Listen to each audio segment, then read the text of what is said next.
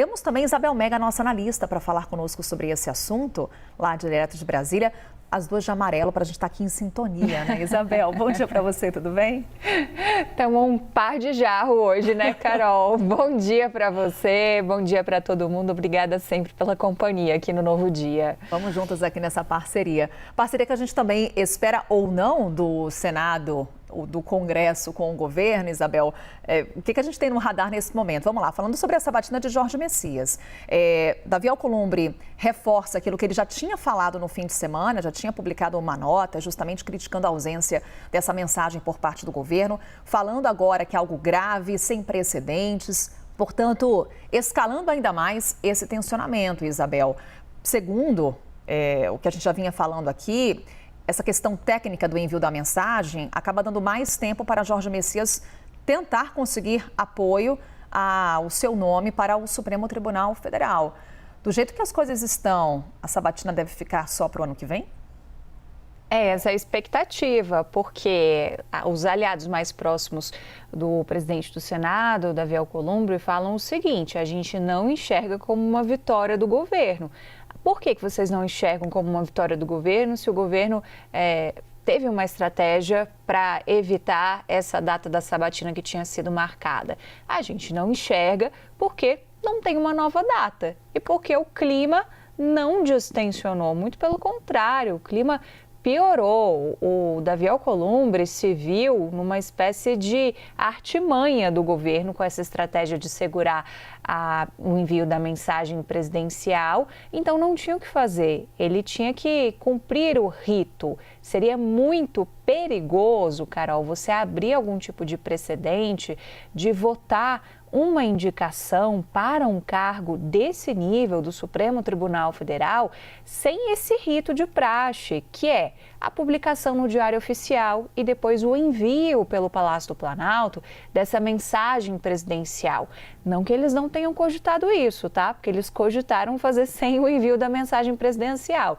Mas ouvindo os técnicos, e a gente vinha relatando aqui as nossas conversas com os técnicos do Senado, inclusive da mesa diretora do Senado, eles ponderaram que seria um precedente muito perigoso ir só por essa questão burocrática do Diário Oficial sem ter o envio da mensagem presidencial. Um técnico na semana passada já me dizia: o que eles votam para os conformes é a mensagem presidencial.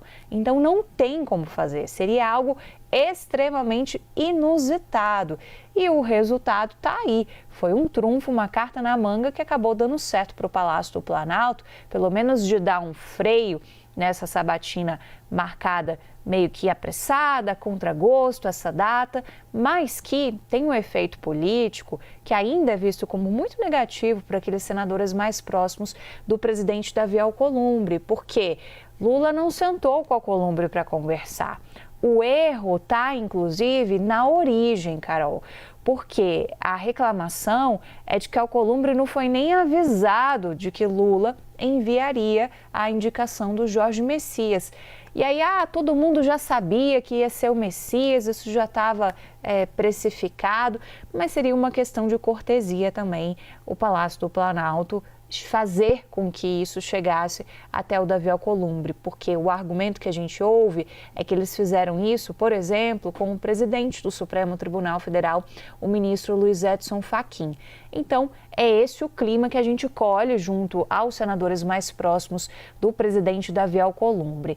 Sobre o envio, então, da mensagem presidencial, fiz essa pergunta a alguns senadores. Se agora Lula resolve enviar, se isso resolve as coisas. A resposta foi boa, Carol, porque eles disseram assim: olha, se eu fosse o Lula, eu não enviava. Porque se Lula enviar, você tem esse cenário todo que ainda é de uma rejeição muito provável do nome de Jorge Messias. Então, não vai dar certo enviar agora. O que tem que ser feito? É deixar a poeira dessa crise abaixar, sobretudo, ter um tete-a-tete de Lula com Davi para tentar resolver as coisas, porque o clima continua muito tenso entre os poderes. E a gente fica falando aqui das questões técnicas, das questões burocráticas e das questões políticas, né, Carol? Mas é importante nortear para a gente está falando de um cargo de ministro da mais alta corte do país e que virou essa celeuma toda. Então, é um assunto muito grave que a política por si só não está conseguindo resolver ainda. E isso vai se estendendo. Daí essa percepção de muita gente ao redor de Davi Alcolumbre de que, olha, não tem prazo, não tem vitória do governo porque não tem prazo. Agora, se o governo decidir enviar a mensagem presidencial nesse ano, no ano que vem, quem vai tocar o barco vai ser Davi Alcolumbre e vai seguir o rito. E aí muita gente lembra o que ele fez lá atrás na indicação do ex-presidente Jair Bolsonaro do nome de André Mendonça.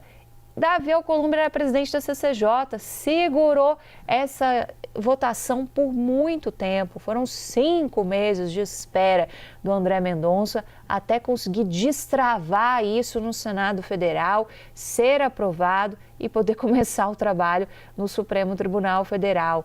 Então, é um pouco desse clima que fica de rescaldo todo, mas ainda fumegante ali, né? Você ainda tem um cenário que é muito ruim da relação do Senado com o Palácio do Planalto e, claro, isso pode representar consequências em relação a outras pautas que ainda precisam ser votadas no apagar das luzes deste ano de 2025. Vem discussão orçamentária, vem PL antifacção, vem muita coisa ainda pela frente.